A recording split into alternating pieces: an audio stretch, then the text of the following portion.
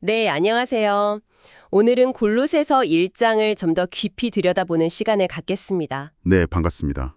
이 편지가 바울과 디모데의 인사로 시작해서 바로 골로새 성도들의 믿음, 사랑, 그리고 그 하늘에 쌓아둔 소망에 대한 감사로 이어지더라고요. 맞아요.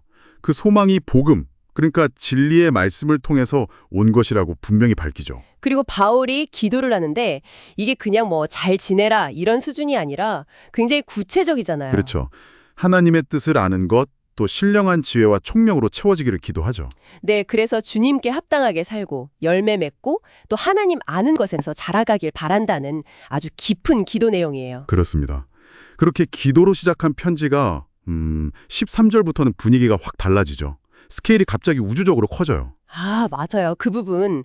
하나님께서 우리를 어둠의 권세에서 건져내셨다. 네, 건져내서 그의 사랑하는 아들의 나라로 옮기셨다는 선언으로 넘어가죠. 빛의 영역으로요. 그리고 그 아들 안에서 우리가 속량, 그러니까 죄사함을 얻었다고 말하고요. 네, 이 속량이라는 말이 중요해요.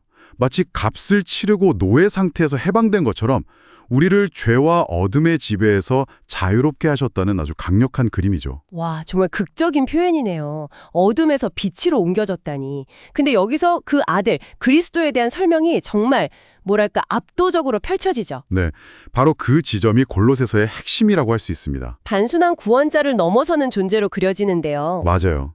그리스도는 보이지 않는 하나님의 형상이시다. 그리고 모든 창조물보다 먼저 나신 분이다. 이렇게 선언하잖아요. 먼저 나셨다는 게 순서가 먼저라는 의미 이상인 거죠. 그렇죠.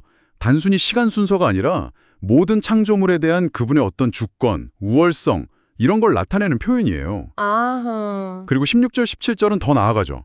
하늘과 땅의 모든 것, 보이는 것, 보이지 않는 것, 뭐 왕권, 주권, 통치자, 권세 전부 다요. 전부 다 그리스도를 통해 그리고 그리스도를 위하여 창조되었다. 네, 바로 그겁니다.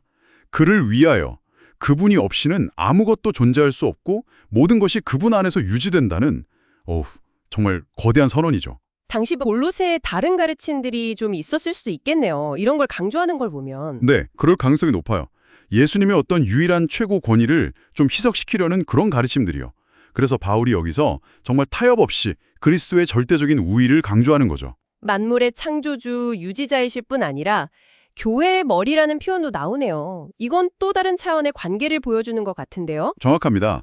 그 우주적인 통치자이신 그리스도가 동시에 몸인 교회의 머리가 되신다는 거예요. 아주 구체적인 관계죠. 네. 그리고 죽은 자들 가운데서 먼저 나신 분으로서 부활의 첫 열매 또 만물의 으뜸이 되신다는 걸 분명히 하고요. 왜 그렇게 되셨는가 하는 이유도 설명하죠. 아버지께서 기뻐하셨다. 네, 아버지 하나님께서 그분의 모든 충만, 그러니까 신성의 본질과 능력 전체가 예수 안에 거하게 하시고 또 그분의 십자가 피로 화평을 이루셔서 땅과 하늘의 모든 존재를 자기 자신과 화목하게 하셨다. 맞습니다.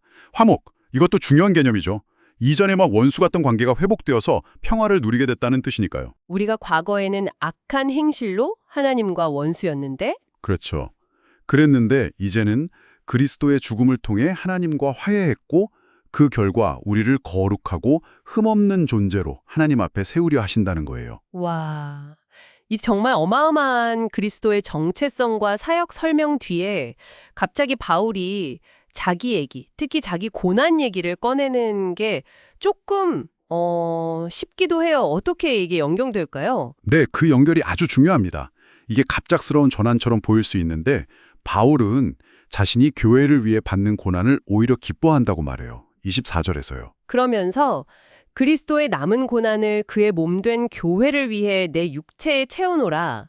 이 표현이 좀 어렵긴 해요. 네, 그렇죠. 이게 뭐 그리스도의 십자가 고난이 부족했다 이런 뜻은 절대 아니고요. 아, 그건 아니고요. 네, 그 십자가의 구속사역을 세상에 전하고 교회를 세우는 과정에서 사도로서 필연적으로 겪게 되는 고난이 있잖아요. 그걸 기꺼이 감당하겠다는 의미로 보통 해석합니다. 그리스도의 사역이 자신을 통해 계속 이어진다는 인식이 있는 거죠. 아, 그렇군요. 자신이 교회의 일꾼이 된 이유가 바로 이 하나님의 말씀을 온전히 이루기 위함이다. 이렇게 밝히면서 25절, 드디어 그 오랫동안 감춰졌던 비밀 이야기가 나오네요. 맞습니다. 이 비밀이 핵심이죠.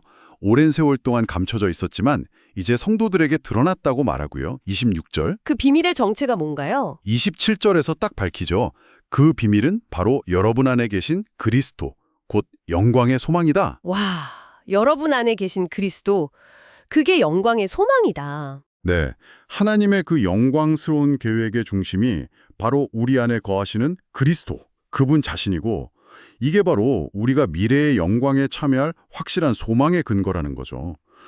정말 강력한 메시지예요. 정말 엄청난 비밀이네요.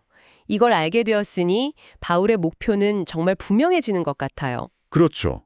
모든 사람을 그리스도 안에서 완전한 자로 세우기 위해서. 네, 그걸 위해서 자기 안에서 능력으로 일하시는 그분의 힘을 다해서 수고한다. 이렇게 고백하는군요. 28절, 29절. 네, 그래서 골로새서 1장을 한번 정리해보면 감사로 시작해서 그리스도의 정말 압도적인 우주적 탁월성, 그리고 모든 것을 하나님과 화목하게 하시는 사역을 선포하고요.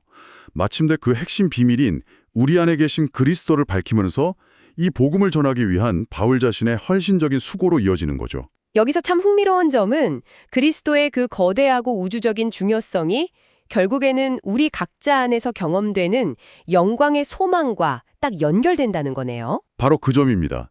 거대함과 개인적인 체험이 만나는 지점이죠. 오늘 살펴본 골로새서 1장은 감추어졌던 비밀이 바로 여러분 안에 계신 그리스도, 곧 영광의 소망이라고 선언했습니다.